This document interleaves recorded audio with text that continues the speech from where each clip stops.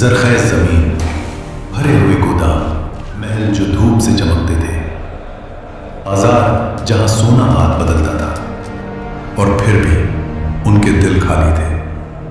انہیں لگتا تھا اگر اللہ ہم سے ناراض ہوتا تو ہمیں یہ مال اور دولت نہ دیتا۔ تب اللہ نے ان کے درمیان ایک نبی بھیجا، نہ تاج نہ لشکر، بس حق کے لفظوں کے ساتھ۔ یہ بت تمہیں فائدہ نہیں دے سکتے۔ مگر جب اس قوم نے حد سے بڑھ کر انکار کیا اور نبی کے صبر کا پیمانہ چھلک گیا، تو پھر آسمان نے فیصلہ سنا دیا، سمندر بولنے لگا۔ جہاں نہ زندگی کا یقین تھا نہ لازوالیت کا،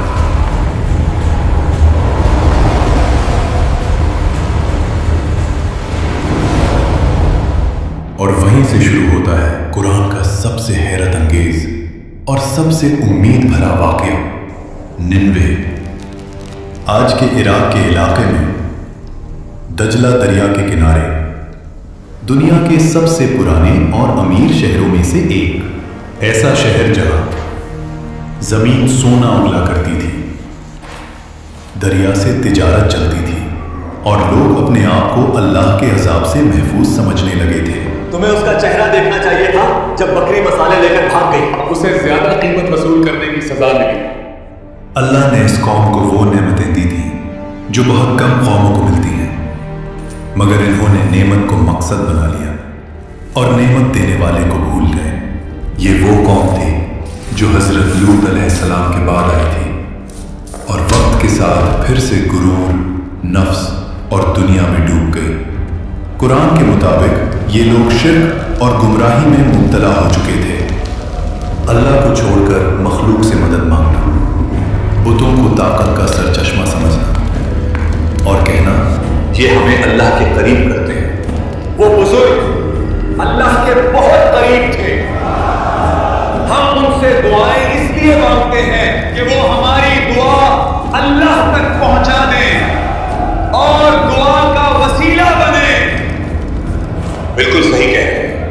اللہ پاک نے سورہ یونس میں صاف الفاظ میں بتایا ہے کہ اور یہ اللہ کے سوا ان چیزوں کی عبادت کرتے ہیں جو نہ انہیں نقصان پہنچا سکتی ہیں اور نہ فائدہ، اور کہتے ہیں یہ اللہ کے ہاں ہمارے سفارشی ہیں۔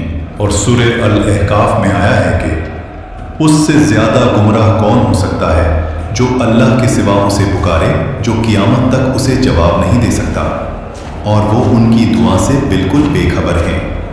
اور جب لوگ جمع کیے جائیں گے تو یہ ان کے دشمن بن جائیں گے اور ان کی عبادت کا انکار کر دیں گے۔ اسی شہر میں اللہ اپنے نبی کو بھیجتا ہے، حضرت یونس علیہ السلام۔ آنکھوں میں درد، آواز میں یقین۔ صرف اللہ کی بندگی کرو، اسی سے ڈرو، اسی سے امید رکھو۔ لوگ ہنس دیتے، ڈرے؟ پر کیوں؟ کوئی کہتا ہم امیر ہیں، طاقتور ہیں، اگر اللہ ناراض ہوتا تو ہم یہاں ہوتے۔ تم جن بزرگوں کے بت بنا کر عبادت کر رہے ہو، قیامت کے دن یہ بھی اللہ کو حساب دے رہے ہوں گے۔ یونس، تم ہمارے بتوں کی گستاخی کر رہے ہو، یہاں سے چلے جاؤ۔ تفسیر ابن کثیر کے مطابق ان کے سربراہ نہ صرف بتوں کی عبادت کرتے تھے، بتوں کا ایک بڑا کاروبار بھی چلا رہے تھے۔ اس مہینے اب تک 540 سونے کے سکوں کا منافع ہو چکا ہے۔ اب یونس کو کیسے بتائیں کہ اگر یہ لوگ اللہ کی عبادت کریں گے تو ہمارا منافع کیسے ہوگا؟ یہ سب کچھ دیکھ کر یہ بات صاف ہوتی ہے کہ ان کا شرک صرف عقیدے کا مسئلہ نہیں تھا، بلکہ ایک بدتر کاروباری مفاد بھی تھا۔ حضرت یونس علیہ السلام انہیں دعوت دیتے رہے اور وہ ہر بار انکار کرتے رہے۔ اگر تم سچے ہو تو عذاب لا کے دکھاؤ۔ اور یہ سلسلہ سالوں تک چلتا رہا، اور پھر ایک دن نبی کا دل بھر آتا ہے، یونس علیہ السلام شہر چھوڑ دیتے ہیں۔ مگر یہی غلطی ہوتی ہے، نہ وہ غلطی جو گناہ کبیرہ ہو، بلکہ وہ جلدی جو اللہ کے نبی سے بھی ہو سکتی ہے۔ اجازت سے پہلے رخ موڑ لینا، اور یہیں سے واقعہ کا سب سے خوفناک موڑ شروع ہوتا ہے۔ यूनुस अलैहिस्सलाम एक कश्ती पर सवार होते हैं। समंदर शीशा जैसा साफ, हवा नरम, आसमान पुरसुकून। लगता है जैसे सब ठीक हो गया हो, लेकिन आसमान का रंग बदलता है, हवा चीखने लगती है, लहरें कश्ती से ऊंची। मल्ला चिल्लाता है, वजन कम करो, कश्ती डूब जाएगी। समंदर जैसे किसी एक शख्स को मांग रहा हो, फैसला होता है। कुर्रा डाला जाएगा।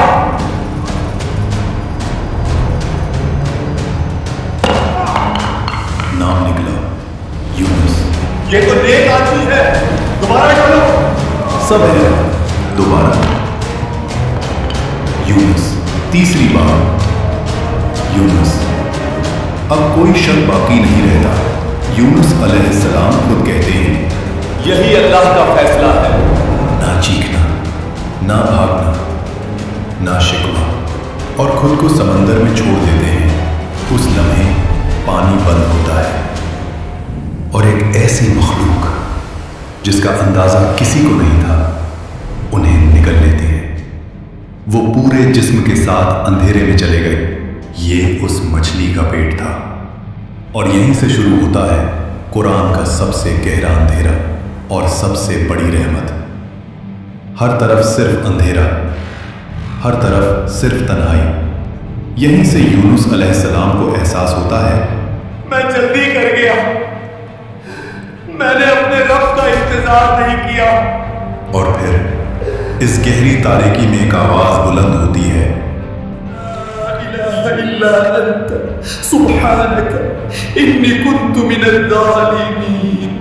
कोई बहाना नहीं, कोई जवाब नहीं, सिर्फ इकरार। तफसीर के मुताबिक यूनुस अलैहिस्सलाम मछली के पेट में 3 दिन और 3 रात तक रहे। और फिर अल्लाह फरमाता है, मछली, मेरे बंदे को नुकसान ना पहुंचाना, उसे नरमी से साहिल पर रख देना। और एक ही लम्हे में लाजवाल यकीन जिंदगी में बदल जाता है और मछली यूनुस अलैहिस्सलाम को साहिल पर छोड़ देती है। जिस्म कमजोर, जिल्द नाजुक, मगर सांस चल रही है। अल्लाह मैदान में एक दरख्त उगाता है और साया देता है, ग़िज़ा देता है, शिफा देता है। जिस रब की जल्दी में नाफरमानी हुई, वही रब सबसे पहले संभालता है। और दूसरी तरफ निनवा के लोग अब भी खुदगर्ज और नाफरमान थे। अल्लाह का फैसला उन पर आया। आसमान घिरा और बादल घने हो गए। हवा तेज, बिजली चमक रही थी। समंदर का पानी दरिया से बहकर शहर में आ गया। उन्हें समझ नहीं आ रहा था कि जो उनके लिए सिर्फ मजाक था, अब वो हकीकत का तूफान बन चुका था। वो सब लोग शहर में जमा हो गए और हर शख्स, हर औरत, हर बच्चा रो रो कर अल्लाह से माफी मांगने लगा। अल्लाह से माफी मांगो, अल्लाह से माफी मांगो। या अल्लाह, हमारी ताकत, हमने गुनाह किया। हमारी गुमराही, हमारा जुल्म और फख्र, सब के सब हमारी गलती थी। हर तरफ सिर्फ एक ही आवाज गूंज रही थी कि ए अल्लाह, हमें माफ कर दे, हम तेरे ही बंदे हैं और हम गफलत की नींद सो गए थे। तफसीर में आया है, उस वक्त वो सब रोते रहे और माएँ अपने बच्चों को रोने पर मजबूर करती ताकि अल्लाह की रहमत नाजिल हो और अजाब टल जाए। और फिर अल्लाह ने अपने बंदों के गुनाहों और तौबा को देखा और अजाब को वापस ले लिया। समंदर का पानी वापस चला गया, शहर बच गया, घर, खेत, बाजार सब अपनी जगह पर। और जो लोग रोकर दुआ करते रहे, उन पर अल्लाह का फजल नाजिल हुआ। वो कौम अब सिर्फ अल्लाह का डर और इज्जत जानती थी। कुछ अरसे बाद जब यूनुस अलैहिस्सलाम तंदुरुस्त हुए, तो वो कौम के पास वापस गए। वही कौम जो हंस रही थी, आज रो रही होती है, तौबा कर चुकी होती है, अजाब टल चुका होता है। ये वो कौम है जिसे अल्लाह ने ईमान की वजह से बचा लिया। आज इस वाकया से हमें ये सबक मिलते हैं कि जिंदगी का समंदर कितना भी तूफानी हो, नौकरी डूब गई हो, रिश्ता टूट गया हो, ईमान कमजोर लगता हो, अगर हम भी अंधेरे में रो कर कह दें ला इलाहा इल्ला अंता सुब्हानका इन्नी कुन्तु मिनज़ ज़ालिमीन, तो याद रखना, जिस रब ने अपने नबी को मछली के पेट में जिंदा रखा और फिर बचा लिया, हमें मुश्किल से निकालना उसके लिए जरा भी मुश्किल नहीं। मसला अंधेरों का नहीं, मसला ये है कि अंधेरे में हम किसको पुकारते हैं।